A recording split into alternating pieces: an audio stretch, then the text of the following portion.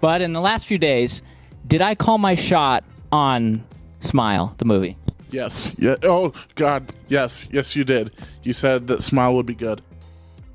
Okay, so if it was like dancing around on the rim a little bit, kind of swirled like it was going to tip off and then tilted in, the shot's still good. The shot is then still good, yes. That's all I needed to know. Kick your shoes off because we're talking about a new horror movie. Smile! The movie about old people talking to young women. Like and comment and subscribe if you got that joke. Smile. Smile. I think it'd be a good look for you. But something about the trailer really was kind of compelling to me. It looked like a movie that some craft was going into. Some of the shots in the trailer were really nice looking. There's this long tracking shot in the trailer that kind of caught my eye, and I went, maybe this won't be a dumpster fire. I love two types of horror movies: precision horror and graphic, gruesome, violent horror. And this falls right snugly into the precision horror area. In fact, it was so well done in terms of its horror at times that people got up and left. There is one part when the therapist turns out to be evil and she's going, "I'm gonna get you," and like all this audio enhancements going on, and there's these great shots of this therapist climbing over the seat, and the guy next to me got so scared he left. This beautiful PhD student slices her face from here and goes down to her through her throat. And it's done mostly in one or two shots where blood just starts gushing out of her throat as she's smiling, and she collapses and dies still smiling. It's an incredibly uncomfortable sequence that was genuinely unnerving. And there's quite a few sequences like that. There's another sequence where our main character's laying in bed and you hear Rose, which is the main character's name, "Come here," from the blackness, and Rose lays on her bed, and it keeps getting a little bit louder and a little bit louder, and she lays and turns away from the wall, and you see a figure just appear out of the blackness, and then it cuts away. There's no crazy jump scare, there's nothing big orchestra sting, it's just this really precision horror moment that was really unsettling. Hi, patient. Hi. I know you're nervous. I just want to have a chat. I'm seeing something no one else can see except for me. There are so many other bland ways to handle this, and this movie consistently took creative approaches to tackling things, and I think that's why the horror works so well in this. So I can give this movie a huge pass for how well executed a lot of it is, because the story is pretty stupid. I'm just going to say that. The story is pretty stupid, and the third act ruined this movie. In this, the demon passes by trauma. So you'd think, okay, our main character's gonna have to overcome her trauma somehow. And I went, there are three ways you can go. One, the good ending.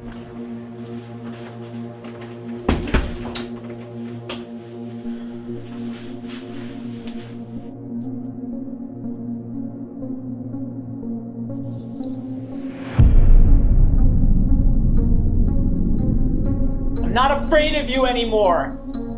I'm not afraid. Get out of here.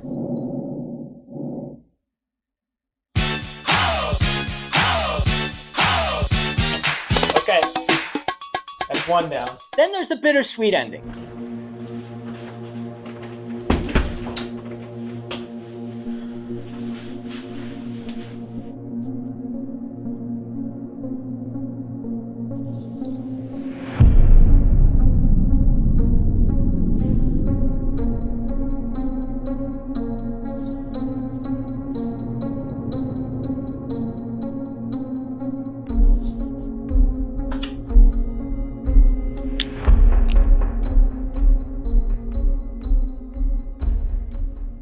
But this goes full on miserable. Miserable bad ending.